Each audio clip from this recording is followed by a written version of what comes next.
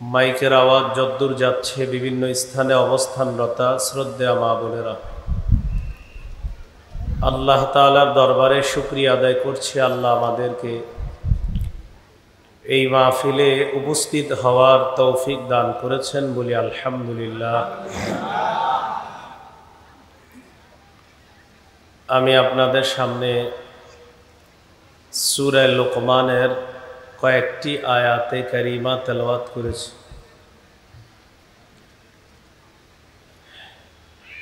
এই আয়াতগুলোকে সামনে রাখলে আল্লাহ তাআলা মানুষের উদ্দেশ্যে তিনটি গুরুত্বপূর্ণ হেদায়েত এই আয়াতগুলোতে আল্লাহ আলোচনা করেছেন। যারা নামাজ কায়েম করে,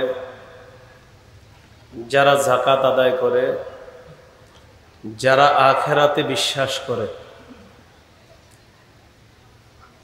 পাশাপাশি আল্লাহ তাআলা কোরআনে হাকিমের আয়াতের প্রশংসা করেছেন। কোরআনের আয়াতগুলা হুদা, হেদায়েত। কোরআন যারা পড়বে, কোরআন অনুযায়ী যারা চলবে, আশা করা যায় আল্লাহ তাদেরকে হেদায়েতের আলোতে আলোকিত করবেন। কোরআন তেলাওয়াত এটা একটা ইবাদত, নামাজ কায়েম করা এটা একটা ইবাদত, যাকাত দেওয়া এটা একটা ইবাদত, আখিরাতের প্রতি বিশ্বাস স্থাপন করা এটাও একটা অন্তরের ইবাদত। এই জন্য খুব মনোযোগ সহকারে আমরা শুনব। ইবাদত বিষয়ে 5টি কথা আমরা শুনব।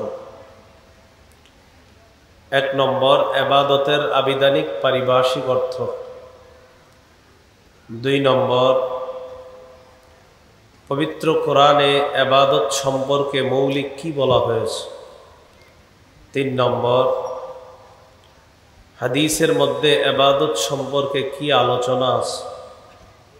4 নম্বর, উপকারিতা লাভের দিক থেকে ইবাদত কত প্রকার। 5 নম্বর, মাধ্যম হিসাবে ইবাদত কত প্রকার। এই 5টি বিষয় আমরা একটু মনোযোগ দিয়ে শুনব। 1 নম্বর, ইবাদতের আবিধানিক পারিভাষিক অর্থ। ইবাদতের আবিধানিক অর্থ শাইখুল ইসলাম ইবনে তাইমিয়া রহমতুল্লাহ আলাইহির একটা কিতাব আছে, নাম আল উবুদিয়্যাহ। এটার বাংলা হলো দাসত্ব। এই কিতাবের 33 নম্বর পৃষ্ঠায় আছে আল ইবাদাতু আসলু মা'নাহু আয-যিল্লু। ইবাদতের আসল অর্থ হলো নত হওয়া, বিনয়ী হওয়া, নিজেকে আল্লাহর সামনে যত ছোট করা যায়। একটা কিতাব আছে নাম আল ইবাদা ফিল ইসলাম। এই কিতাবের 28 নম্বর পৃষ্ঠায় আছে। ইবাদত বলা হয় কুল্লু খুদুইন লাইসা ফাওকাহু খুদুউন। প্রত্যেক এমন বিনয়কে ইবাদত বলা হয় যেই বিনয়ের পরে আর বিনয়ী হওয়া যায় না, মানুষের পক্ষে সম্ভব না, এমন বিনয়কে ইবাদত বলা হয়। আল ইবাদা ফিল ইসলাম কিতাবের 30 নম্বর পৃষ্ঠায় আছে। ইবাদত বলা হয় হিয়া তাআতু মা গায়াতিল খুদু'। চূড়ান্ত বিনয়ের সাথে আল্লাহর আনুগত্য করাকে ইবাদত বলা হয়।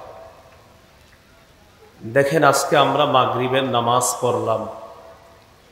আল্লাহ তাআলা যদি আমাদেরকে বাঁচিয়ে রাখেন, তৌফিক দেন, তাহলে আমরা এশার নামাজ পড়ব।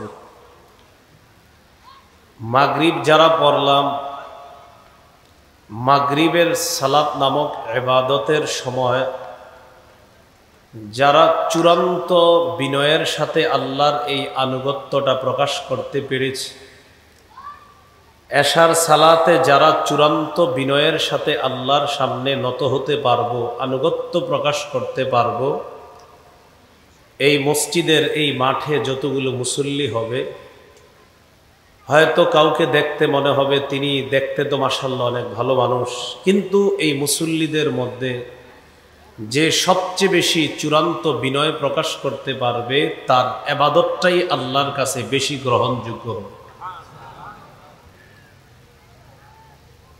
ইবাদতের পারিভাষিক অর্থ ইবনে তাইমিয়া রহমতুল্লাহ আলাই আল উবুদিয়্যা নামক কিতাবের 23 নম্বর পৃষ্ঠায় এনেছেন, আল ইবাদাতু হিয়া ইসমুন জামিউন লিকুল্লি মা ইউহিব্বুহুল্লাহ ওয়া ইয়ারদাহু মিনাল আকওয়ালি ওয়াল আফআলিল আয-যাহিরা ওয়াল বাতিনা।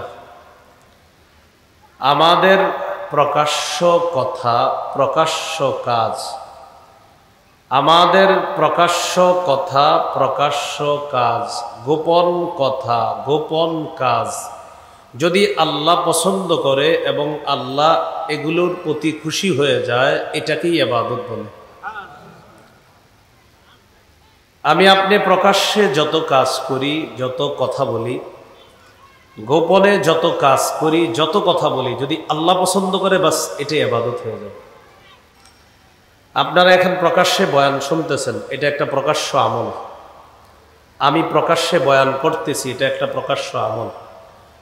আমাদের এই দুই শ্রেণীর আমলটা যদি, আমার বলাটা আর আপনাদের শ্রবণ করাটা যদি আল্লাহ পছন্দ করেন, বাস আমাদের এই বলা আর শ্রবণ করা এটা ইবাদত হয়ে যাবে।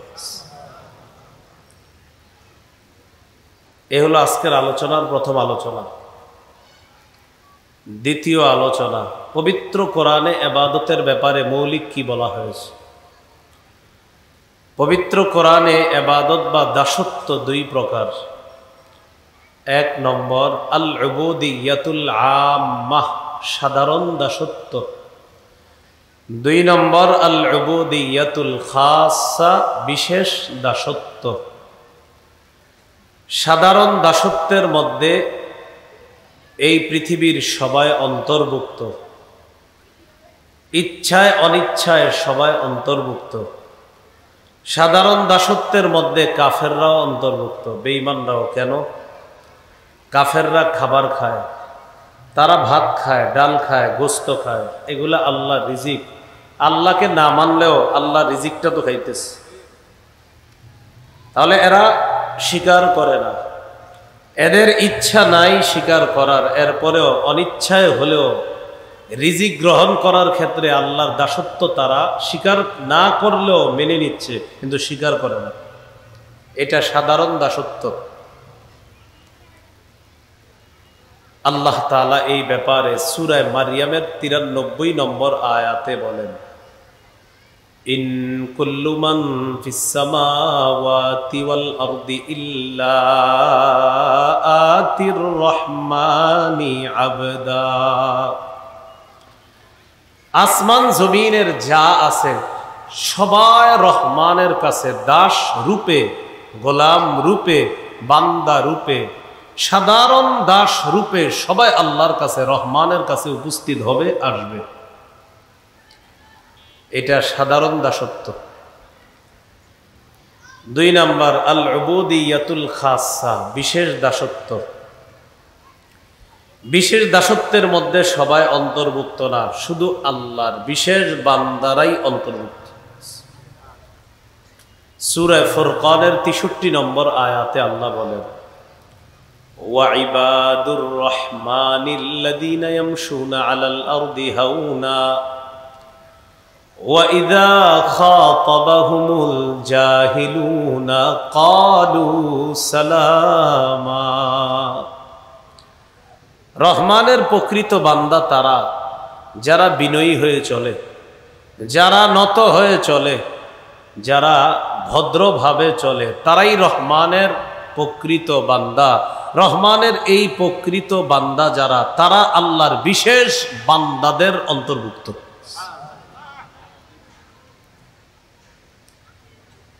وَإِذَا خَاطَبَهُمُ الْجَاهِلُونَ قَالُوا سَلَامًا।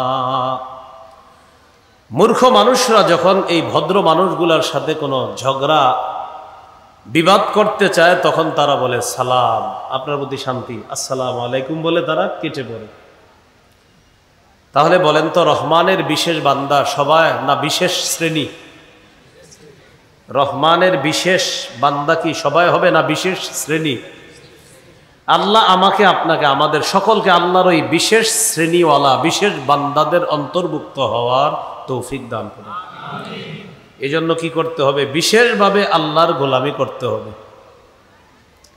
আজকের 3 নম্বর আলোচনা, হাদিসে ইবাদত সম্পর্কে কি বলা হয়েছে এই ব্যাপারে আমি আপনাদের সামনে 5টি দৃষ্টান্ত পেশ করি।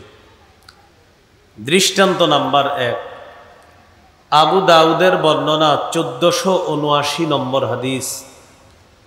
এই হাদিসের বর্ণনাকারী নুমান ইবনে বাশির রাদিয়াল্লাহু তাআলা আনহু, তিনি বলেন, قال رسول الله صلى الله عليه وسلم الدعاء هو العبادة।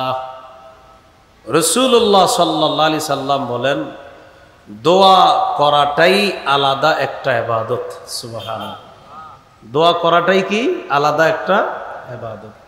চলেন একটু দোয়া করি, বলেন আল্লাহ আল্লাহ আল্লাহ, আমাকে মাফ করে দেন, আপনি ছাড়া মাফ করার কেউ নাই।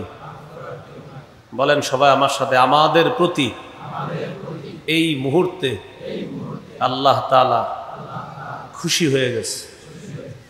কি হয়ে গেছে? ওই যে আমরা বলছি আল্লাহ মাফ করেন, আপনি ছাড়া মাফ করার কেউ নাই। কোনো বান্দা এটা বলা মাত্র আল্লাহ তার প্রতি খুশি হয়ে যায়। তাহলে এই ব্যাপারে একটা হাদিস শুনে আবার মূল আলোচনা আসি। হ্যাঁ, তিরমিজির বর্ণনা 3446 নম্বর হাদিস। এই হাদিসের বর্ণনাকারী সাহাবীর নাম আলী রাদিয়াল্লাহু তাআলা আনহু। আর আলী রাদিয়াল্লাহু তাআলা আনহু থেকে হাদিসটা যিনি বর্ণনা করেছেন তার নামও আলী। তাহলে উস্তাদের নামও আলী, ছাত্রের নামও আলী, তাবিঈ আলী, সাহাবীও আলী রাদিয়াল্লাহু তাআলা। ছাত্র আলী রহমতুল্লাহি আলাইহি বলেন, আমি আমার উস্তাদ আলী রাদিয়াল্লাহু তাআলা আনহুর কাছে গেলাম। আচ্ছা, প্যান্ডেলের ভিতর যারা আছেন সবাই আলোচনা বুঝতেছেন তো? আচ্ছা, মানে বাহিরে বোঝা যায়, আমি তো ওই মাদ্রাসা থেকে আসছি, ওখানে সুন্দর বোঝা যাইতেছে, তো এইখানেটা আপনাদের থেকে জন্য জেনে নিলাম। এখানে বুঝতেছেন তো সবাই? আচ্ছা, তো আলী রহমতুল্লাহি আলাইহি বলেন, আমি আলী রাদিয়াল্লাহু তাআলা আনহুর কাছে গেলাম। যাওয়ার পর আমার উস্তাদের কাছে আমি বসা। উতিয়া বিদাব্বা, আমার উস্তাদের কাছে একটি বাহন আনা হলো। ওই যুগের বাহন ঘোড়া, গাধা, খচ্চর, ওট। এই যুগের বাহন হেলিকপ্টার, বিমান, প্লেন, ট্রেন, বাস, মোটর সাইকেল, প্রাইভেট কার, এরপরে পানিপথে আছে লঞ্চ, স্টিমার, ট্রলার ইত্যাদি। ওই যুগের একটা বাহন আনা হলো হযরত আলী রাদিয়াল্লাহু তাআলা আনহুর সামনে। ফাওয়াদাআ রিজলাইহি ফির রিকাব। আলী রাদিয়াল্লাহু তাআলা আন তার 2 পা বাহনের পা দানিতে রাখলেন, যেখানে পা দিয়ে বাহনের উপর উঠতে হবে। পা দানিতে পা রাখার পর তিনি 3 বার বললেন, বলেন আমার সাথে, বিসমিল্লাহ বিসমিল্লাহ বিসমিল্লাহ। প্রিয় ভাইয়েরা, বলেন তো হযরত আলী রাদিয়াল্লাহু তাআলা আন বাহনের পাদানিতে পা রেখে কয়বার বিসমিল্লাহ বলছে? ফালাম্মাস্তাওয়া আলা যাহরিহা,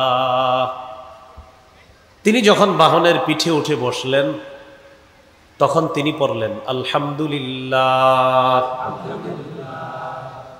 এরপর তিনি যানবাহনে চলাচলের দোয়া পড়লেন, সুবহানাল্লাযী সাখখারা লানা হাযা ওয়া মা কুন্না লাহু মুকরিনিন ওয়া ইন্না ইলা রাব্বিনা লামুনকালিবুন। পারেন তো সবাই? হ্যাঁ, সবাই না, সবাই পারেন না তো মনে হয়। এটা শিখে নিবেন, এই দোয়াটা শিখে নিবেন। তাহলে পাদানিতে পা রেখে কয়বার বিসমিল্লাহ পড়লেন? পিঠে বসে কয়বার আলহামদুলিল্লাহ? এরপর দোয়া পড়লেন। দোয়া পড়ার পর তিনি 3 বার পড়লেন। পড়েন আলহামদুলিল্লাহ, আলহামদুলিল্লাহ, আলহামদুলিল্লাহ। এরপর 3 বার পড়লেন আল্লাহু আকবার, আল্লাহু আকবার, আল্লাহু আকবার। এরপর তিনি পড়লেন, পড়েন আমার সাথে, সুবহানাকা ইন্নী ক্বাদ যালামতু নাফসি ফাগফিরলি ফাইন্নাহু লা ইয়াগফিরুয যুনুবা ইল্লা আনতা।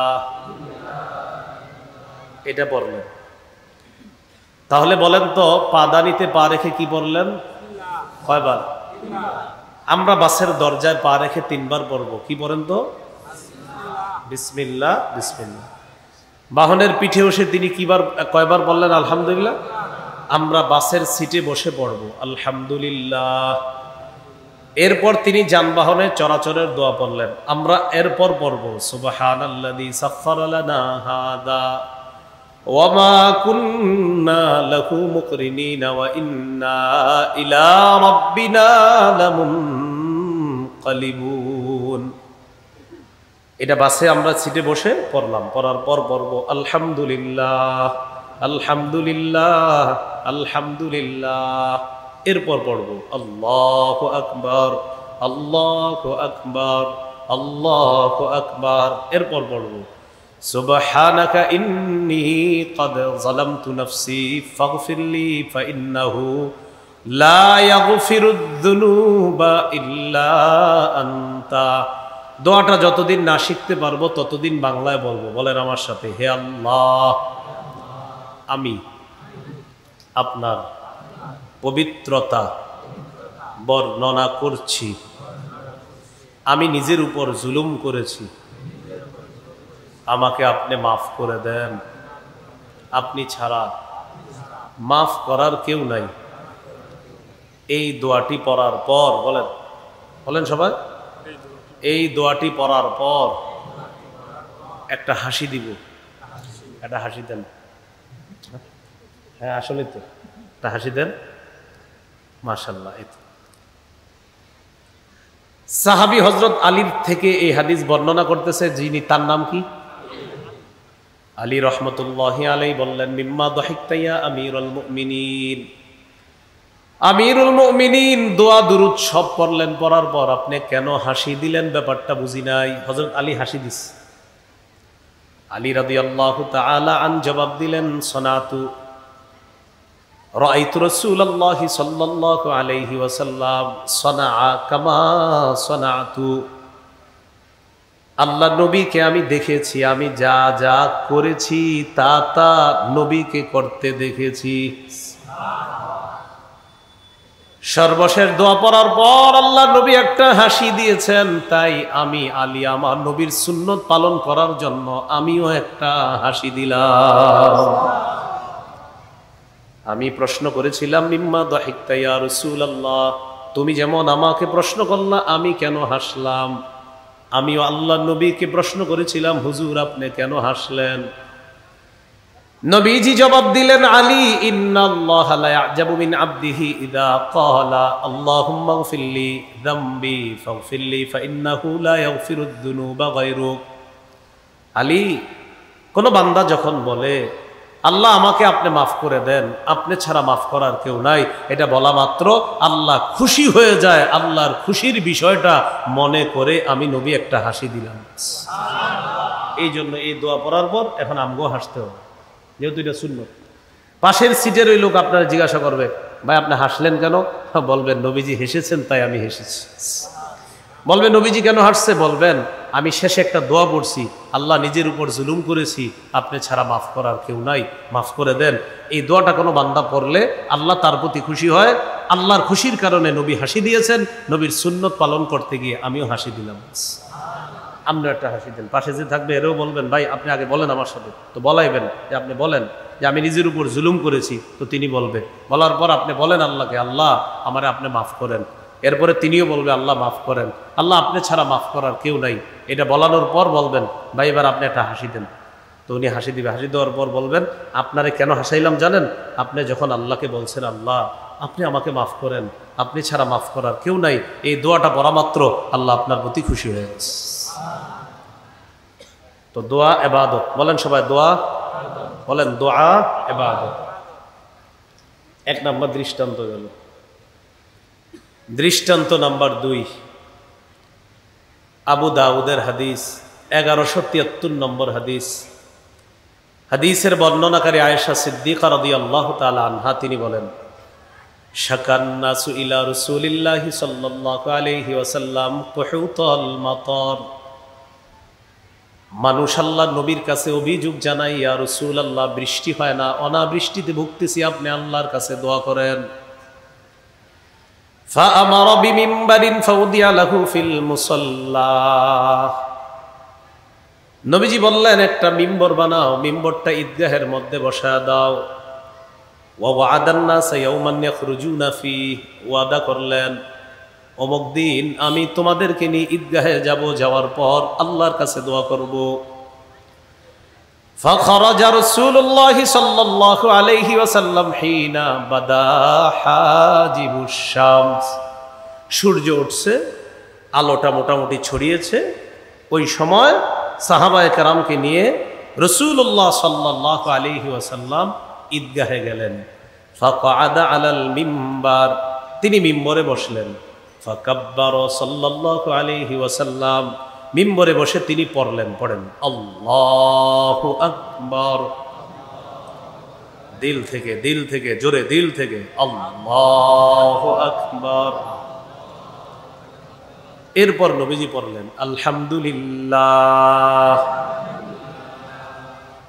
এরপর রাসূল সাল্লাল্লাহু আলাইহি সাল্লাম সাহাবীদেরকে বললেন, শাকাউতুম জাদবা দিয়ারিকুম ওয়াস্তিখারাল মাতারি আন ইবানি জামানিহি আনকুম ওয়া ক্বাদ আমারাকুমুল্লাহু আন তাদউহু ওয়া ওয়া'আদাকুম আন ইস্তাজিবা লাকুম। তোমাদের সমস্যা হলো বৃষ্টি হয় না, আল্লাহ তাআলার হুকুম হলো সমস্যাটা আল্লাহর কাছে পেশ করো। আল্লাহর ওয়াদা হলো তোমাদের সমস্যার সমাধান আল্লাহ করে দিবেন।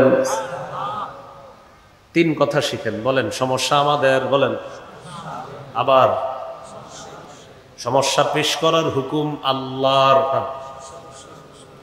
সমস্যা সমাধানের ওয়াদা আল্লাহর। সুবহানাল্লাহ।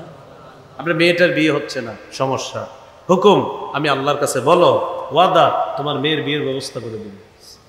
আপনার দোকানে বরকত হচ্ছে না, সমস্যা, হুকুম আল্লাহর কাছে বলেন, ওয়াদা আল্লাহ আপনার সমস্যার সমাধান করে দিবেন। কি মনে থাকবে নি? বলেন সমস্যা কার? সমস্যা কার? সমস্যা কার? সমস্যা পেশ করার হুকুম কার? সমস্যা সমাধান করার ওয়াদা কার? আল্লাহ। নবীজি বললেন তোমাদের সমস্যা বৃষ্টি হয় না, আল্লাহ হুকুম করেছেন আল্লাহর কাছে দোয়া করো, আল্লাহর ওয়াদা তিনি তোমাদের দোয়া কবুল করবেন। তো এটাই নবী বললেন, ওয়াকাদ আমারাকুমুল্লাহু আন তাদউহু ওয়া ওয়া'আদাকুম আন ইস্তাজিবা লাকুম। আল্লাহ তাআলা হুকুম করেছেন দোয়া করো, আল্লাহর ওয়াদা তিনি তোমাদের দোয়া কবুল করবেন। এরপর আল্লাহ নবী বললেন আলহামদুলিল্লাহি রাব্বিল আলামিন আর রহমানির রহিম মালিকি ইয়াউমিদ্দিন। আলহামদুলিল্লাহি রাব্বিল আলামিন, সমস্ত প্রশংসা আল্লাহর, যিনি বিশ্ব জগতের মালিক রব। আর রহমানির রহিম, যিনি রহমান, যিনি রহিম, পরম করুণাময় অসীম দয়ালু। মালিক ইয়াউমিদ্দিন, যিনি বিচার দিবসের মালিক। এই 3টা আয়াত পড়ার পর নবীজি বললেন লা ইলাহা ইল্লাল্লাহু ইয়াফআলু মা ইউরিদ। আল্লাহ ছাড়া কোনো ইলাহ নাই, তিনি যা চান তা করেন।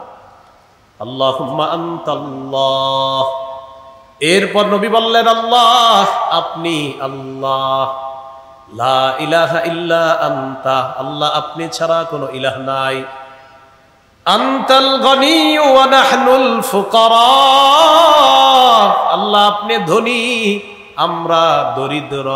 বলেন না, আল্লাহ আপনি ধনী, আমরা দরিদ্র, আপনি ধনী, আমরা দরিদ্র, আপনি দাতা, আমরা মুখাপেক্ষী।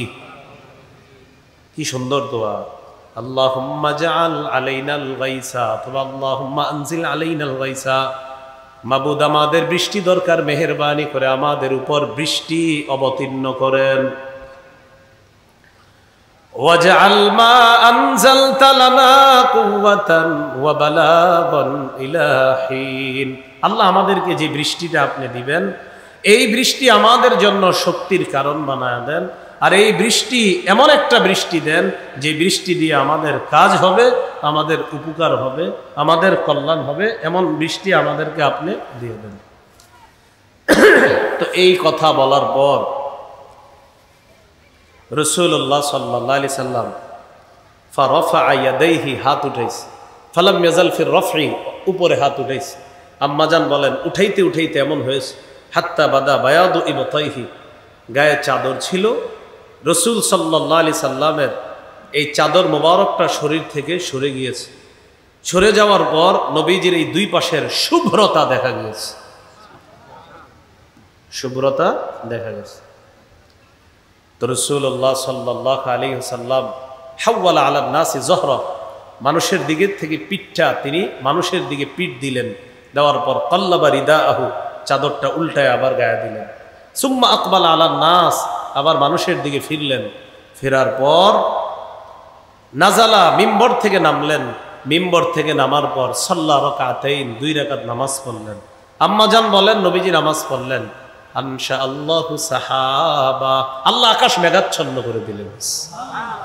ফারাআদাত ওয়া বারাকাত, আকাশের গর্জন শুরু হয়ে গেছে, আকাশের বিদ্যুৎ চমকানো শুরু হয়ে গেছে। তরাত বিইজনিল্লাহ, আল্লাহর হুকুমে বৃষ্টি পড়া শুরু হয়ে যায়। ফালাম ইয়াতি রাসূলুল্লাহ সাল্লাল্লাহু আলাইহি ওয়াসাল্লাম আল মাসজিদ হাত্তা সালাতিস সুয়ুল, মাঠ থেকে নবী মসজিদে আসতে পারে নাই, এর আগে বৃষ্টিতে রাস্তাগুলা, অলিগুলিগুলা পানিতে প্লাবিত হয়ে যায়। ঈদগাহ থেকে মসজিদও আসতে পারে নাই, এর আগে রাস্তা, অলিগলি সব পানিতে প্লাবিত হয়ে গেছে। তো রাসূলুল্লাহ সাল্লাল্লাহু আলাইহি সাল্লাম তাকায়া দেখে সাহাবায়ে কেরাম একটা দৌড় দিস, বৃষ্টি বেশি হওয়ার কারণে একটা দৌড় দিস।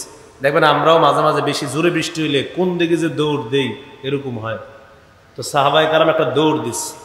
ফালাম্মা রাআ সুরআতাহুম ইলাল কিন্নি দাহিকা রাসূলুল্লাহ সাল্লাল্লাহু আলাইহি ওয়াসাল্লাম হাত্তা বাদাত নওয়াজিজুহু, সাহাবীদের দৌড় দেখা নবীজি একটা হাসি দিলেন, হাসির কারণে সামনের পাটের সুন্দর অসাধারণ দাঁতগুলা দেখা গেছে।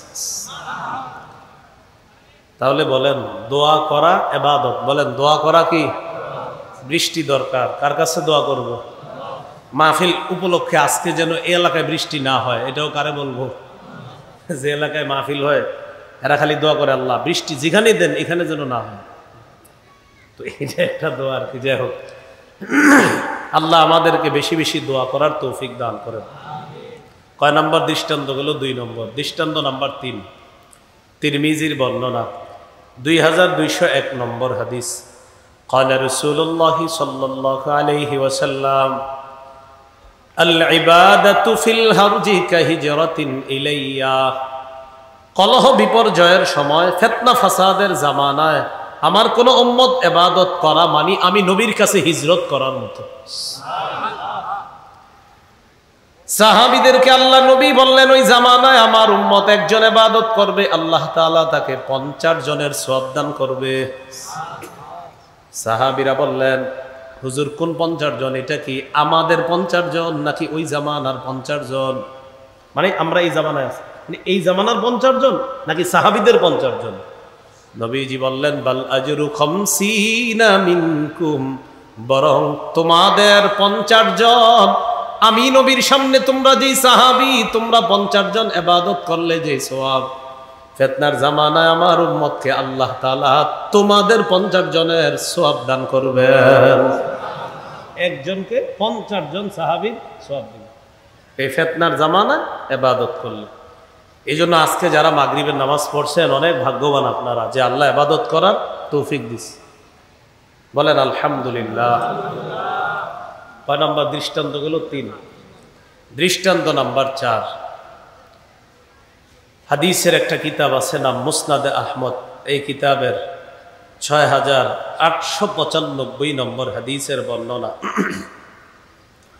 এই হাদিসের মধ্যে আছে রাসূলুল্লাহ সাল্লাল্লাহু আলাইহি সাল্লাম বলেন, ইন্নাল আবদা ইযা কানা আলা তরিকাতিন হাসানাতিন মিনাল ইবাদা সুম্মা মারিদা কিলা লিল মালাকিল মুআক্কালি বিহি উকতুব বিমিসলি আমালিহি ইযা কানা তালিকা।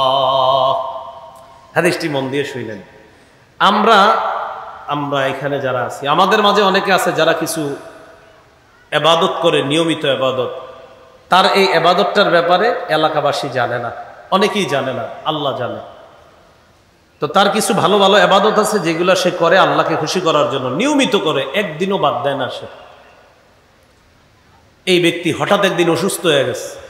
অসুস্থ হওয়ার কারণে ওই যে নিয়মিত সুন্দর ইবাদত করে এটা আর আজকে করতে পারে না, কিন্তু অসুস্থতার না থাকলে তিনি আজকে ইবাদতটা করতেন। মানে গতকালকে সুস্থ ছিলেন, গতকালকেও করছেন, গত 2 মাস আপনি সুস্থ ছিলেন, কোনোদিন ছাড়েন নাই, আজকে অসুস্থ হয়ে যাওয়ার কারণে ইবাদতটা করতে পারেন নাই। এতটুকু বুঝছেন নি সবাই? এতটুকু বুঝলে হাদিস বুঝবেন। ক্বালা রাসূলুল্লাহ সাল্লাল্লাহু আলাইহি ওয়াসাল্লাম, নবীজি বলেন, ইন্নাল আবদা ইযা কানা আলা তরিকাতিন হাসানাতিন মিনাল ইবাদা, কোন বান্দা যখন ইবাদতের উত্তম একটা পদ্ধতি গ্রহণ করে, করার পর সুম্মা মারিদা, হঠাৎ যদি বান্দা অসুস্থ হয়ে যায়, অসুস্থতার কারণে বান্দার ইবাদতটা করতে পারে না, আল্লাহ তাআলা ফেরেশতাদেরকে বলে, ও ফেরেশতাদের দল, উকতুব বিমিসলি আমালিহি ইযা কানা তালিকা, নিযুক্ত যেই ফেরেশতা আছে তার সাথে, আমার সাথে, আপনার সাথে নিযুক্ত ফেরেশতা, লেখার যে ফেরেশতা, আল্লাহ তাআলা বলেন, আমার এই বান্দা সুস্থ থাকা অবস্থায় ইবাদতের কারণে যেই সওয়াবগুলা তোমরা লেখতা, আজকে অসুস্থতার কারণে ইবাদতটা করতে পারে নাই, সওয়াব লেখা বন্ধ করবা না। সুস্থ অবস্থায় ইবাদত করলে যেই সওয়াব লেখতা, অসুস্থতার কারণে না করলেও আমি আল্লাহ তাআলা তো কম দেই না, তার আমলনামায় ওই সুস্থ অবস্থার ইবাদতের সওয়াব লিপিবদ্ধ করে দাও। দেখছেন, আপনি গতকালকে ইবাদত করছেন, সুস্থ ছিলেন, আজকে অসুস্থ হয়ে গেছেন, বাস আজকেও সওয়াব পেয়ে যাবেন। আল্লাহ আমাদেরকে এরকম কিছু গোপন ইবাদত আমরা সবাই যেন করতে পারি, আল্লাহ তৌফিক দান করুন। দৃষ্টান্ত নাম্বার 5, সহিহুল জামে হাদিসের কিতাব 4214 নম্বর হাদিস। এই হাদিসের মধ্যে আছে, ক্বালা রাসূলুল্লাহ সাল্লাল্লাহু আলাইহি ওয়াসাল্লাম, ফদলুল ইলমি আহাব্বু ইলাইয়া মিন ফদলিল ইবাদাহ। মাগরিব পড়ছেন আপনারা, পড়ার পর এই মাদ্রাসার মোতামিম সাহেব যিনি, বা মাদ্রাসায় যিনি বুখারী পড়ায়, উনিও আপনাদের সাথে মাগরিব পড়ছে। তো পড়ার পর আপনারা ওনারে ফলো করছেন, যে আপনারা নফল নামাজে দাঁড়ায় গেছেন, উনি সুন্নত পড়ার পর 2-4 রাকাত পরে চলে গেছে, অথবা পড়ে নাই, না পড়েই মাদ্রাসায় চলে গেছে। আপনারা সাধারণ কিছু মুসল্লি লম্বা সময় নফল নামাজ পড়ছেন, আর মনে মনে ধারণা করতেছেন, আমরা এত নফল ইবাদত করলাম সুন্নতের পরে, মাদ্রাসা শাইখুল হাদিস সাহেব কেন কোনো সুন্নত পড়লো না, এরকম একটা ধারণা করলেন। তো গিয়ে দেখতেছেন কি হুজুরে কি করতেছে, বইতরে বৈশা বুখারী মোতালা করতেছে, অথবা ছাত্রদেরকে বুখারী পড়াইতেছে। আপনি যে ইবাদত করলেন নফল ইবাদত, এটারও অনেক ফজিলত, এটার অনেক মর্যাদা, আর তিনি যে বুখারী দেখতেছে, পড়াইতেছে, মোতালা করতেছে, এটারও মর্যাদা। নবীজি বলেন, সাধারণ ইবাদতকারী যারা, তাদের নফল ইবাদতের চাইতে আলেমের এলেম অন্বেষণের মর্যাদা আমি নবীর কাছে অনেক বেশি। কি কথা বুঝে আসছে? কেন? একজন আলেম এলেম অন্বেষণ করে, তার বিশুদ্ধ এলেমের মাধ্যমে একটা জাতিকে সে রক্ষা করবে। এই জন্য রাসূলের কাছে সাল্লাল্লাহু আলাইহি সাল্লামের কাছে ক্ষেত্র বিশেষ নফল ইবাদতের চাইতে নবীজি বলেন আমার কাছে আলেমের এলেম অন্বেষণের মর্যাদা অনেক বেশি। তো যাই হোক, আমি আসলে মূল উদ্দেশ্য ছিল ইবাদতের যে ব্যবহারটা হাদিসে আছে এটা বোঝানো। এই ব্যাপারে অনেকগুলো দৃষ্টান্ত দিলাম। আল্লাহ আমাদের সকলকে ছোট বড় যে কোনো ভালো ইবাদত যেন আমরা গুরুত্ব সহকারে করতে পারি, আল্লাহ তৌফিক দান করেন। এইগুলো আজকের আলোচনার 3 নম্বর আলোচনা। আজকের আলোচনা 4 নম্বর আলোচনা। বলেন, বললে মনে থাকবে, বলেন উপকারিতা লাভ করার দিক দিয়ে ইবাদত 2 প্রকার। 1, নিজে ইবাদত করে উপকার লাভ করা। 2, অন্যের সাহায্যে ইবাদত করে উপকার লাভ করা। তাহলে উপকারিতা লাভ করার দিক থেকে ইবাদত কয় প্রকার? একটা নিজে ইবাদত করব, সওয়াব পাবো, আর একটা অন্যের সাহায্যে ইবাদত, সওয়াব। নিজে ইবাদত করে সওয়াব দলিল, এরকম একটা দৃষ্টান্ত তিরমিজির বর্ণনা 2910 নম্বর হাদিস, 2910। قال رسول الله صلى الله عليه وسلم من قرأ حرفا من كتاب الله فله به حسنة والحسنة بعشر أمثالها لا أقول ألف لام ميم حرف ولكن ألف حرف ولام حرف وميم حرف। কেউ যদি কোরআনের একটা অক্ষর তেলাওয়াত করে, উচ্চারণ করে, 10টা নেকি। নবীজি বলেন আলিফ লাম মিম, এই পুরাটা একটা অক্ষর এমনটা আমি বলছি না। আলিফ একটা অক্ষর, লাম একটা অক্ষর, মিম একটা অক্ষর। আলিফ লাম মিম এই 3টা অক্ষর যদি কেউ উচ্চারণ করে, তার আমল নামায় আল্লাহ তাআলা 30টা নেকি লিপিবদ্ধ করে দেয়। মসজিদে এসে বসে রয়েছেন নামাজের আগে, 5 মিনিট বাকি, 10 মিনিট, কায়দা খুলছেন, আমপারা খুলছেন, আলহামদু, হামজা লাম জবর আল, হামিম জবর হাম, আল হাম, দাল পেশ দু, আল হামদু। মজার সাহেব আমার পড়াটা দেখেন তো শুদ্ধ হয় কিনা? হামজা লাম জবর আল, হামিম জবর হাম, আল হাম, দাল পেশ দু, আল হামদু। খাদেম সাহেব আমার পড়াটা দেখেন তো শুদ্ধ হয় কিনা? হামজা লাম জবর আল, হামিম জবর হাম, আল হাম, দাল পেশ দু, আল হামদু। একদিন সাহস করে ইমাম সাহেবরে শোনায় ফেলবেন, ইমাম সাহেব হুজুর দেখেন তো শুদ্ধ হয় কিনা আমার পড়াটা?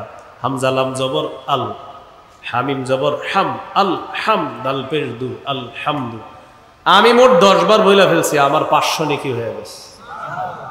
আপনাদের কিন্তু হয়নি। এজন্য আপনারা আমি যাওয়ার পরে পড়ে নিয়েন, আপনারাও নেকিটা কামাই করে নিয়েন। হামজা লাম হামিম দাল আবার হয়ে গেছে 50। কি এক অবস্থা, যতবার কমো 50। আলহামদু 5 অক্ষর, এ আবার 50। চিন্তা করছেন আমার কি পরিমাণ নেকি হয়ে গেল।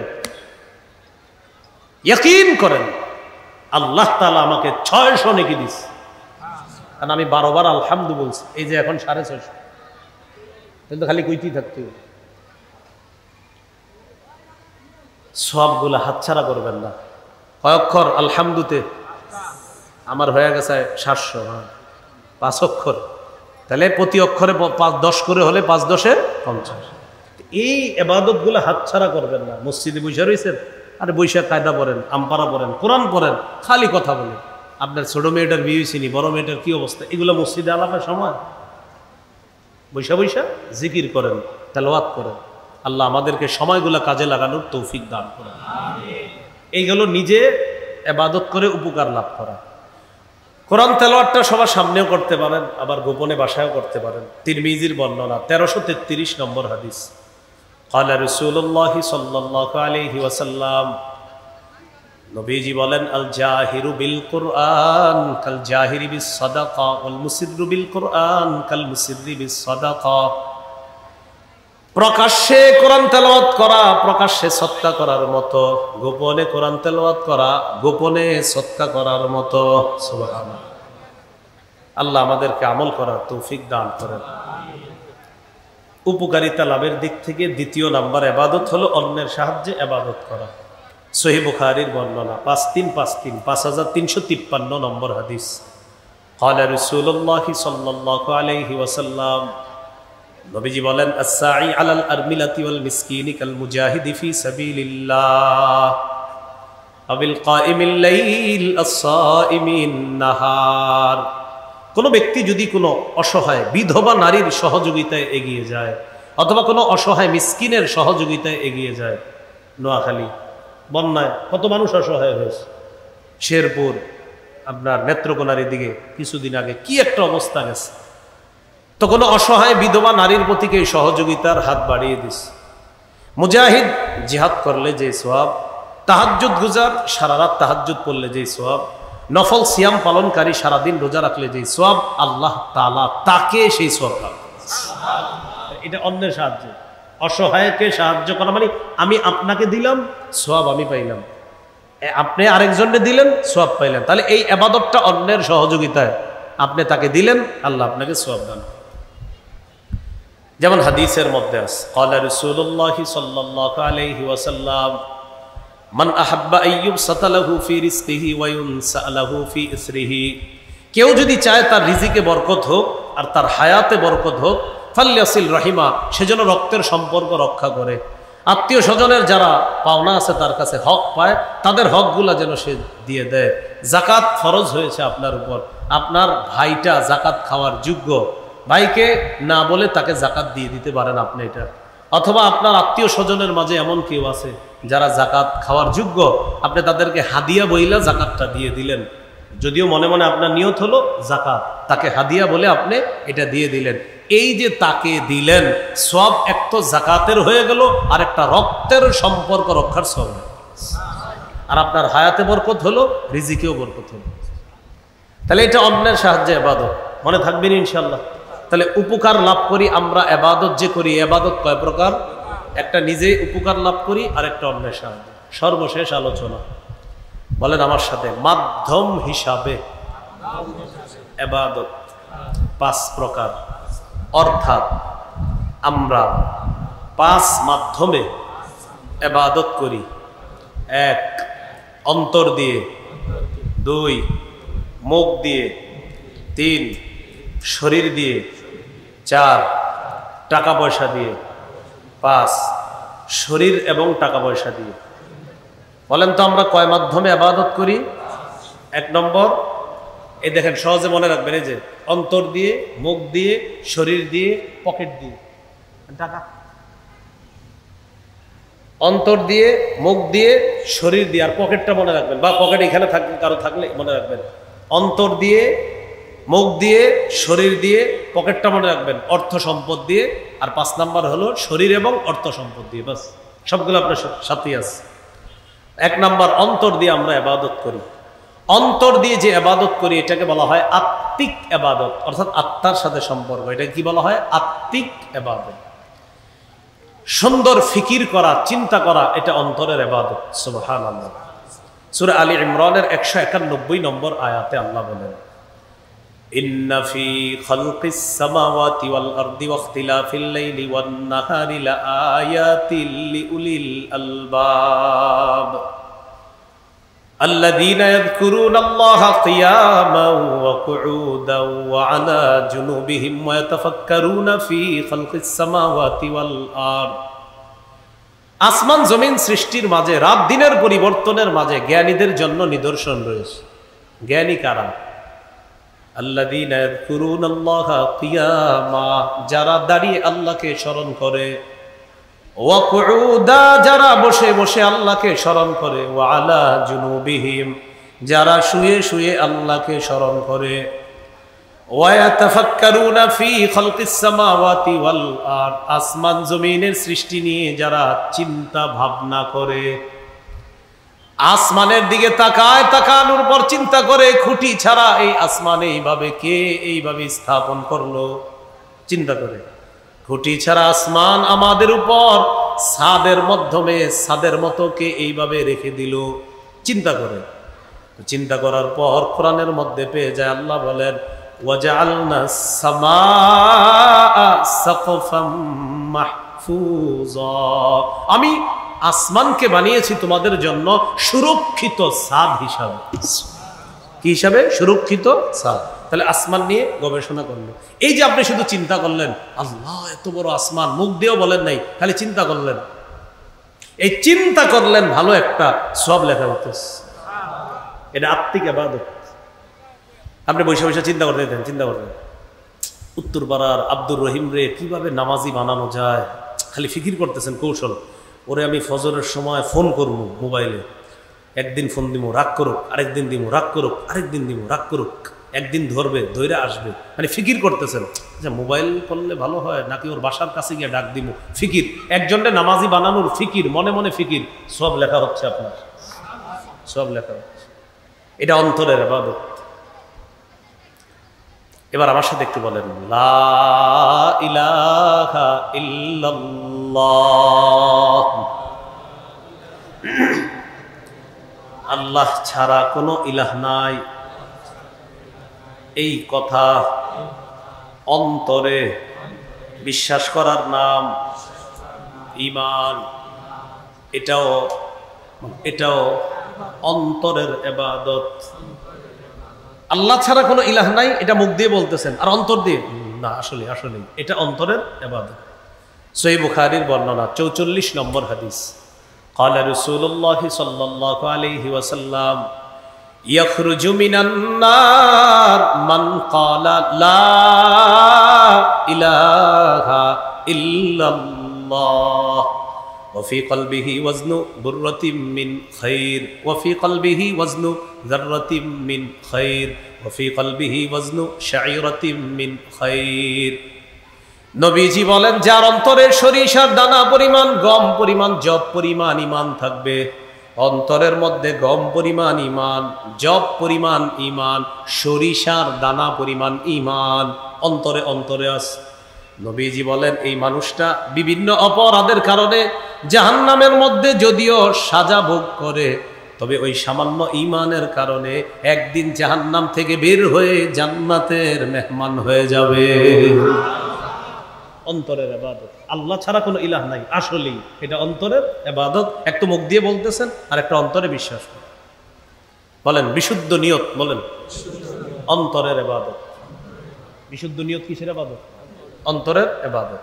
সহিহ বুখারীর 1 নম্বর হাদিস, قال رسول الله صلى الله عليه وسلم انما الاعمال بالنيات। আমলের প্রতিদান নিয়তের সাথে। বলেন আমলের প্রতিদান কিসের সাথে? নিয়ত করলেন, নিয়ত করলেন কি বানিয়ারচালা জামিয়া ইসলামিয়া দারুল উলুম মাদ্রাসায় যাব, কণ্ঠ যদি সুন্দর হয় তাহলে বয়ানটা শুনবো, আর কণ্ঠটণ্ড যদি সুন্দর টুন্দর না হয় চইলাম আর কি। তো আপনি কি পাবেন? নিয়ত করে আসলেন, কণ্ঠটণ্ড সুন্দর হইলে প্রথমে বসমো, এই আব্দুর রহমান চল মাহফিলে যাই, তো এটা কণ্ঠ যদি সুন্দর টুন্দর হয় বমু দুইজনে, আর যদি না হয় আমি তোর এইভাবে টোক্কা দেবো, বাস চলে যাবো। এই নিয়ত করে যদি কেউ আইসা থাকেন, নিয়তটা তাড়াতাড়ি পাল্টায় ফেলেন, তাড়াতাড়ি পাল্টায় ফেলেন, কিচ্ছু হবে না। আব্দুল্লাহ ইবনুল মুবারক রাহমাতুল্লাহি আলাইহি বলেন রুব্বা আমালিন সগীরিন, ছোট ছোট আমল, ছোট ছোট আমল, ভালো আমল, ছোট ছোট ভালো আমল, তুআজ্জিমুহুন নিয়্যা, নিয়ত বিশুদ্ধ হওয়ার কারণে এটা বড় হয়ে যায়। রুব্বা আমালিন কাবীরিন তুসাগগিরুহুন নিয়্যা, বড় বড় অনেক আমল শুধু নিয়ত অশুদ্ধ হওয়ার কারণে একদম ছোট হয়ে যায়। আল্লাহ আমাদেরকে হেফাজত করেন। সবাই এই জায়গায় সুর শুনতে আসবো নাকি কোরআন? সুর না নূর? সুর না নূর? বলেন কোরআন সুন্নাহ নূর, কোরআন সুন্নাহ নূর। তাহলে মূল উদ্দেশ্য কি হবে? সুর না নূর? নূর। আল্লাহ আমাদেরকে বিশুদ্ধ নিয়তের সাথে এখানে বসে শেষ পর্যন্ত আলোচনা শুনে যেন আমরা যেতে পারি, আল্লাহ তৌফিক দান করেন। এই হলো বিশুদ্ধ নিয়ত, অন্তরের ইবাদত। ইখলাস, এটাও অন্তরের ইবাদত, আত্মিক ইবাদত। নাসাইর বর্ণনা 3140 নম্বর হাদিস, রাসূলুল্লাহ সাল্লাল্লাহু আলাইহি সাল্লামকে প্রশ্ন করা হলো, আরাআইতা রাজুলান গাযা ফি সাবিলিল্লাহি ইয়ালতামিসুল আজরা ওয়াজ যিকরা ফামা লাহু ইয়া রাসূলুল্লাহ। ইয়া রাসূলুল্লাহ, এক ব্যক্তি আল্লাহর রাস্তায় লড়াই করেছে, তার উদ্দেশ্য হলো দুইটা। এক নাম্বার আল্লাহর কাছ থেকে সওয়াব কামাই করা, দুই নাম্বার মানুষ তাকে বলবে বড় মুজাহিদ, তাকে বলবে বড় বাহাদুর। এই দুই নিয়তে সে লড়াই করছে। এক নাম্বার নিয়ত হলো আল্লাহর কাছ থেকে সওয়াব কামাই করা। দুই নাম্বার মানুষ যেন তাকে বাহবা দেয়, এই নিয়ত করা। এক নাম্বার নিয়ত হলো আল্লাহর জন্য আমি ওয়াজ করতেছি, আল্লাহ যেন আমাকে প্রতিদান দেয়। দ্বিতীয় নিয়ত হলো আমার নামটা যেন পুরা দুনিয়ার মধ্যে ছড়ায়া যায়। এটা হলো দ্বিতীয় উদ্দেশ্য।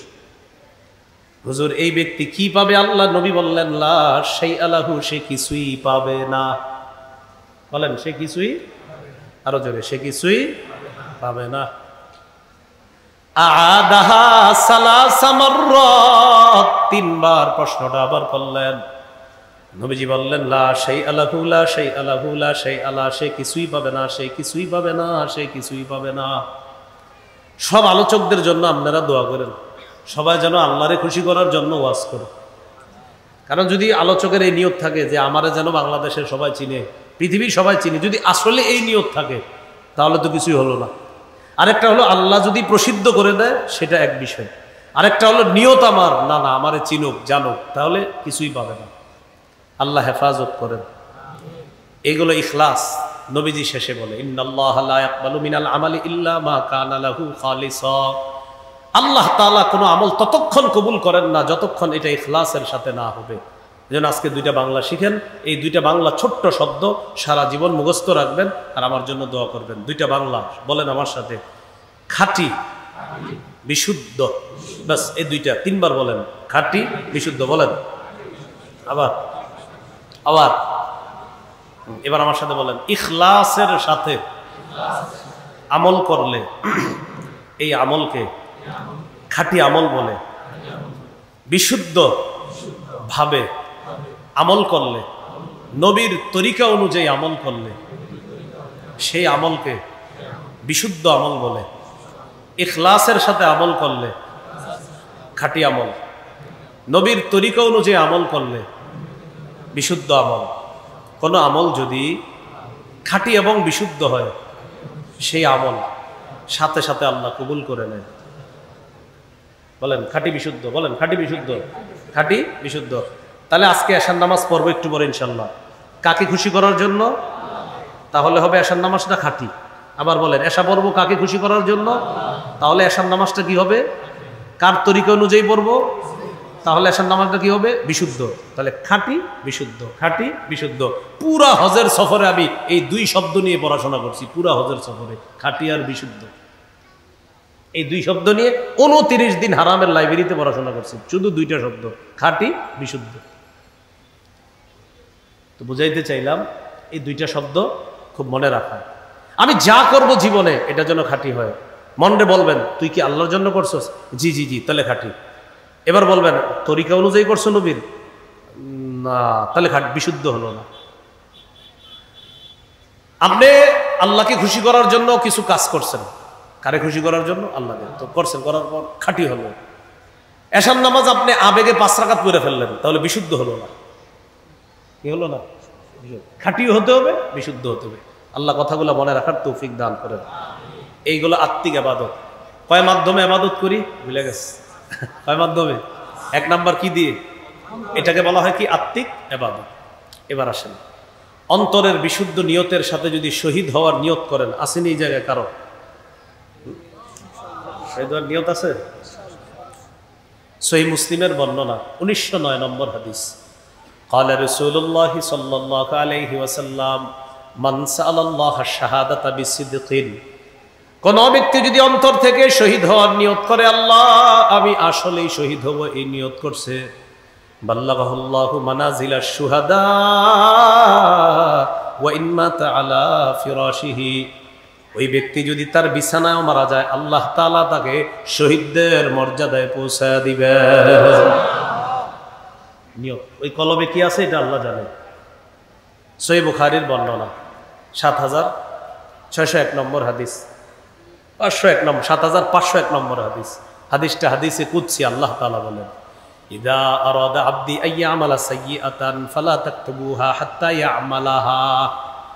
কোন বান্দা যখন গুনাহের নিয়ত করে, আল্লাহ তাআলা বলেন ও ফেরেশতারা আমার বান্দা গুনাহটা না করা পর্যন্ত লেখো না, লেখো না। সুবহানাল্লাহ।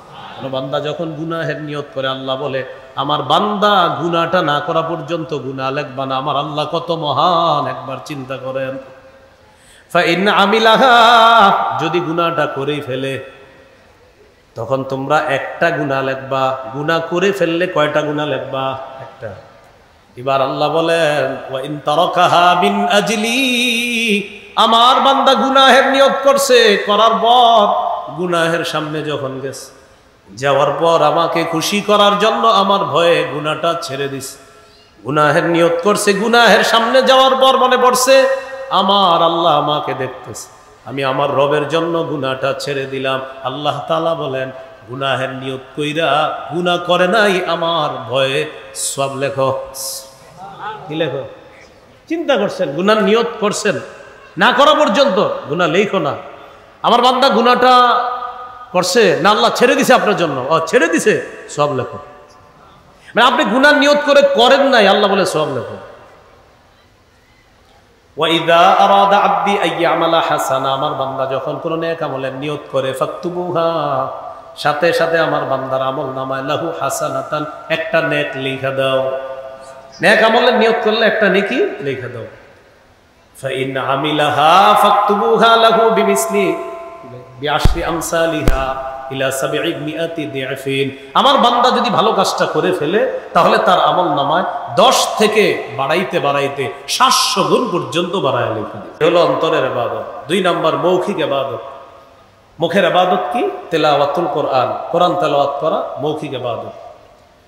সহিহ বুখারীর 5011 নম্বর হাদিস, এক সাহাবী রাতের বেলা সূরা কাহফ তেলাওয়াত করতেছে। কানা রাজুলুন ইয়াকরাউ সূরাতাল কাহফ, সূরা কাহফ পড়তেছে।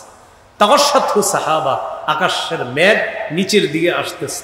তিনি যেখানে তেলাওয়াত করতেছে মেঘ এইদিকে আসতেছে, মেঘের মতো একটা।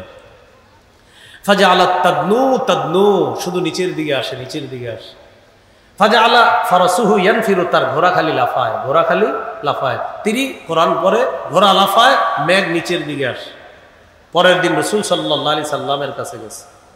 যাওয়ার পর নবীজিকে বললেন ইয়া রাসূলুল্লাহ, আমি কোরআন তেলাওয়াত করি, মেঘ নিচের দিকে আসে আর আমার ঘোড়া শুধু লাফায়, ব্যাপারটা কি? আমি কি দেখলাম? আমি তাড়াতাড়ি তেলাওয়াত বন্ধ করেছি। নবীজি বললেন তিলকাস সাকিনাতু তানাজ্জালাত বিল কোরআন, তুমি কোরআন পড়ার কারণে সাকিনা যে নাজিল হয় এতদিন শুনেছো, তুমি কালকে দেখলা। এটা সাকিনা, আল্লাহর পক্ষ থেকে প্রশান্তি। তোমার কোরআন ওই প্রশান্তিটা দুনিয়াতে আল্লাহ সরাসরি তোমাকে দেখায় দিস। তাহলে কোরআন তেলাওয়াতে কি হয়? প্রশান্তি নাজিল হয়। বলেন কি নাজিল হয়? সাকিনা। তো আমি আপনাদেরকে বলবো, এটা পরামর্শ হিসাবে আর কি আবদার রাখবো, মাঝে মাঝে একটু রাতের বেলা একা একা কোরআন পড়েন, একা রাতে, মানে কাউরে না দেখা। যেমন আপনি ঘুমাইবেন 10টায়, তো 9:30টার দিকে বারান্দায় বৈশা বৈশা একটু তেলাওয়াত করবেন, ঘরের বারান্দায় বৈশা। এটা করলে কি হবে জানেন? আল্লাহর সাথে আপনার একটা গোপন মহব্বত তৈরি হবে। এটা একটু মাঝে মাঝে করবেন, আল্লাহ তৌফিক দান করেন। এগুলো আপনার মুখের ইবাদত। মুখের আরেকটা ইবাদত জিকির করা। কি করা? বলেন লা ইলাহা ইল্লাল্লাহ। বলেন। বন্ধুদের মজলিসে বসছেন, বসার পর বন্ধুরা খালি গীবত করে, গীবত শুনতেও পারতেছেন না, আবার এখান থেকে যাইতেও পারেন না। যদি চলে যান বন্ধুরা বলবে দেমাগ দেখায়। যদি বৈশা থাকেন তাহলে গীবত শুনতে হয়। তখন কি করবেন? এভাবে হা করে থাকবেন। হা করে থাকার আমার মধ্যে এভাবে হা করেন, হা করেন।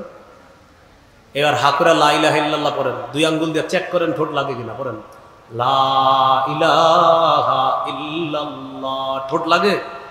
এবার তাকান, হা করে কি করবেন দেখেন, লা ইলাহা ইল্লাল্লাহ, লা ইলাহা ইল্লাল্লাহ, লা ইলাহা ইল্লাল্লাহ। বন্ধুরা মনে করবে কি মন দিয়ে কথা শুনতেছে, আপনি খালি এরকম করবেন। সুবহানাল্লাহ বললে ঠোঁট লাগবে, আলহামদুলিল্লাহ বললে ঠোঁট লাগবে, বুঝা ফেলবে যে ও কি জানি বলতেছে। লা ইলাহা ইল্লাল্লাহ বললে ঠোঁট লাগবে না, বন্ধুরা মনে করবে কথা শুনতেছে। তিরমিজির বর্ণনা, আল্লাহ রাসূল বলেন ইল্লা ফুতিহাত লাহু আবওয়াবুস সাবা হাত্তা তুফজিয়া ইলাল আরশ, আসমানের সবগুলো দরজা খুলে দেওয়া হয়েছে আপনার লা ইলাহা ইল্লাল্লাহ যেন আরশ পর্যন্ত পৌঁছে যায়। সুবহানাল্লাহ। এরা মনে করে আপনি গল্প শুনতেছেন, কিন্তু আপনি তো আরশে আপনার লা ইলাহা ইল্লাল্লাহ পাঠাইতেছেন। বুদ্ধিটা মনে থাকবে নি? এজন্য আমি সাধারণত এরকম ইয়াতে পড়ি না, কখনো যদি বইরা যাই তো এছাড়া তো উপায় নেই। এখানে বসবেন কিভাবে? আপনি সাধারণত আমি কোথাও বসিও না, আমি বসি না আমার নিজের সেলফ ডিফেন্স, নিজের জন্য। আমি বসলে আমার দ্বারা গীবত হবে, এই জন্য দেখবেন মাহফিল, ক্লাস, বাসা, এছাড়া সাধারণত আমি একান্ত কোনো পরিচিত ছাড়া কোথাও আমি বসি না। বসলে আমার দ্বারাই গীবত হবে, এই জন্য আমি টেনশনে থাকি, এই জন্য আমি বসি না, মজলিস এড়াইয়া চলি। কোথাও খানাও খাই না, বাসা থেকে নিয়ে আসি যেন কারোর সামনে বসে কথা বলতে না হয়। এটা আবার কেউ মাইন্ডে নেবেন না, আল্লাহ আমাদেরকে বুঝার তৌফিক দান করেন। তাহলে বলছিলাম মুখের ইবাদত জিকির করা, মুখের ইবাদত তেলাওয়াত করা, মুখের ইবাদত দোয়া করা, এটা তো আলোচনা হয়েছে। মুখের ইবাদত কি করা? দোয়া করা। আল্লাহ তৌফিক দান করেন। 3 নম্বর ইবাদত শারীরিক ইবাদত, নামাজ পড়া। কি পড়া? নামাজ পড়া। নামাজ নিয়ে আলাদা আলোচনা করতে হবে, এটা অন্য কোথাও কোনোদিন আসলে করে দিব ইনশাআল্লাহ। শারীরিক ইবাদত সূরা হজের 77-78 নম্বর আয়াতে আল্লাহ বলেন, ইরকাউ ওয়াসজুদু ওয়া'বুদু রাব্বাকুম ওয়াফআলুল খায়র লাআল্লাকুম তুফলিহুন। সিজদা করো, রুকু করো, সিজদা করো, কল্যাণ করো, ভালো কাজ করো, এবং তোমরা বেশি বেশি ইবাদত করো, রবের ইবাদত করো। তাহলে রুকু করো, সিজদা করো, রবের ইবাদত করো, ভালো কাজ করো, যাতে তোমরা সফলকাম হও। তো নামাজ সম্পর্কে এটা হলো শারীরিক ইবাদত। এই ইবাদতটা আমরা গুরুত্ব দিয়ে করব, বলেন ইনশাআল্লাহ। সামনে শীতকাল, শীতকালে একটু নফল নামাজ বাড়ায়া দিবেন, বিশেষ করে তাহাজ্জুদ নামাজ, এটা একটু আপনারা বাড়ানোর চেষ্টা করবেন। প্রচন্ড শীতের রাতে কোনো বান্দা যদি তাহাজ্জুদে দাঁড়ায়, আল্লাহ ওরে দেখে হাসে, ওরে দেখে আল্লাহ হাসে। সহিহুত তারগিব কিতাবের নাম 630 নম্বর হাদিস, নবীজি বলেন, রাজুলুন কামা ফি লাইলাতিন বারিদাতিন, এক ব্যক্তি রাতের বেলা, প্রচন্ড শীতের রাত, এই রাতের বেলা কি করছে? রাজুলুন কামা ফি লাইলাতিন বারিদাতিন মিন ফিরাশিহি ওয়া লিহাফিহি ওয়া দিসারিহি, বিছানা ছাড়ছে, কম্বল ছাড়ছে, ল্যাপ ছাড়ছে, ছাড়ার পর ফাতাওয়াদ্দা, ওযু করছে, সুম্মা কামা ইলা সালাহ, নামাজে দাঁড়াইছে। আল্লাহ তাআলা তারে দেখে হাসতে থাকে। এ দেখো আমার বান্দা, সবাই ঘুমায় শীতে আরামে, আর আমার বান্দা নামাজ পড়তেছে। ফেরেশতাদেরকে বলে, ঘটনা কি? ও কেন নামাজ পড়ে? আল্লাহ তো সব জানে, সাক্ষী বানানোর জন্য জিজ্ঞাসা করে। ফেরেশতারা বলে, রজা আমা ইনদাকা শাফকাতাম মিম্মা ইনদাক, আল্লাহ আপনার কাছ থেকে কিছু পাইতে চায় আর আপনার আযাবের ভয়ে। আল্লাহ বলেন, আতাইতুহু মা রাজা ওয়া আম্মানতুহু মিম্মা ইয়াখাফ, আমি সে যা চায় তা দিয়ে দিলাম, আর যা ভয় পায় তা থেকে তাকে নিরাপত্তা দান করলাম। শীতকালটা একটু শারীরিক ইবাদত করবো, বলেন ইনশাআল্লাহ। 4 নম্বর আর্থিক ইবাদত, যাকাত দেওয়া। আমাদের বাংলাদেশ এটা এখনো সুদ ভিত্তিক রাষ্ট্র ব্যবস্থা, এটাকে যাকাত ভিত্তিক রাষ্ট্র ব্যবস্থা করার জন্য আমাদেরকে চেষ্টা চালাইতে হবে। সুদ ভিত্তিক রাষ্ট্র ব্যবস্থার শেষ পরিণতি ভিক্ষা করা, যাকাত ভিত্তিক রাষ্ট্র ব্যবস্থার শেষ পরিণতি ধনী হওয়া। সুদ ভিত্তিক রাষ্ট্র ব্যবস্থা বাংলাদেশ হওয়ার কারণে এখন আমরা সবাই প্রত্যেকে 1,07,000 টাকা করে ঋণ আছে। 1,07,000 টাকা প্রতিটা বাঙালি দিলে তাহলে বাংলাদেশের ঋণ সুদ হবে। তাহলে সুদ ভিত্তিক রাষ্ট্র ব্যবস্থার পরিণতি কি হইল? ভিক্ষা করাই হইল। ইবনে মাজার 2279 নম্বর হাদিস এটাই প্রমাণ করে। যাকাত ভিত্তিক রাষ্ট্র ব্যবস্থার শুভ পরিণতি হবে ধনী হয়ে যাওয়া, যার সবচেয়ে বড় দলিল হলো বর্তমান আফগানিস্তান। কোনটা বলেন তো? আফগানিস্তান। হ্যাঁ, এদেরকে সামনে রাখা। রাষ্ট্র ব্যবস্থা যেন শরিয়া আইন চালু হয়, এই জন্য আমাদের একজন ভালো শাসক আমাদের দরকার।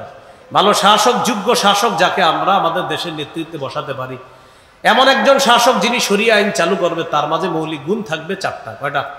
সূরা হজের 41 নম্বর আয়াতে আছে। 1 নম্বর নামাজ কায়েম করবে, 2 নম্বর যাকাতের বিধান চালু করবে, 3 নম্বর নেক কাজের আদেশ করবে, 4 নম্বর অসৎ কাজের নিষেধ করবে। আমাদের রাষ্ট্র ব্যবস্থায় যদি আইন করা হয় যে ধনীরা সবাই যাকাত দিতে হবে, এই আইন যদি রাষ্ট্রীয়ভাবে করা হয়, 1 বছর যদি ধনীরা সঠিকভাবে যাকাত দেয়, পরের বছর সুদ বলবে, যাকাত তুমি ভালো থেকো, আমি সুদ বিদায় নিচ্ছি। সঠিকভাবে 1 বছর যদি যাকাত দেয়, যাকাত ভিত্তিক রাষ্ট্র ব্যবস্থা। তো বলছিলাম 4 নম্বর আর্থিক ইবাদত, এটা হলো যাকাত, সদকা দেওয়া, আর্থিক ইবাদত। 5 নম্বর আর্থিক এবং শারীরিক ইবাদত, হজ করা। কি করা? হজ করা। হজ করতে টাকাও লাগে, শরীরও লাগে। আল্লাহ তাআলা আমাদের সকলকে যে কথাগুলা শুনলাম, বললাম, ইবাদত সংক্রান্ত কথাগুলা গুরুত্ব সহকারে অনুধাবন করে আমাদের জীবনটা যেন আমরা ইবাদতের মাধ্যমে সাজাতে পারি, আল্লাহ তৌফিক দান করেন। ইবাদত সংক্রান্ত, বিশেষ করে নামাজ সংক্রান্ত আলোচনা আমার একটা সংকলন আছে, মিম্বরের আমানত, এটার 6 নম্বর খণ্ডে পাবেন। বিশেষ করে সালাত সম্পর্কে ইবাদতের যে আলোচনাটা, লম্বা আলোচনা সেখানে পাবেন। আপনারা অনলাইন থেকে সংগ্রহ করে নিতে পারেন। ওইখানে গাড়িতে ওরা নিয়ে এসেছে, হয়তো গাড়িতে যদি থাকে এখান থেকেও 1 থেকে 6 খণ্ড আপনারা সংগ্রহ করেন। মিম্বরের আমানত সবাই যদি পারেন সংগ্রহ করে দেন, বিবিরও হাদিয়া দিবেন, আপনারা নিজেরাও পড়বেন, উলামা হজরত সহ সবার জন্য, এটা একদম সবার জন্য, সবাই পড়তে পারেন। সবগুলা খণ্ডই আলাদা আলাদা বিষয়ে সাজানো। প্রথম খণ্ড সন্তানের 64টা অধিকার, দ্বিতীয় খণ্ড শিরিক বেদাত কুফুর তাওহীদ, তৃতীয় খণ্ড হালাল হারাম, চতুর্থ খণ্ড স্বামীর 24টি অধিকার, স্ত্রীর 19টি অধিকার, পঞ্চম খণ্ড লা ইলাহা ইল্লাল্লাহ ব্যাখ্যা।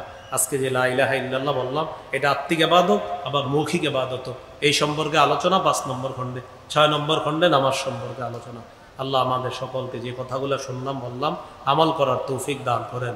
আমিন ওয়া আখিরু দাওয়ানা আলহামদুলিল্লাহি রাব্বিল আলামিন। আসসালামু আলাইকুম ওয়া রাহমাতুল্লাহ।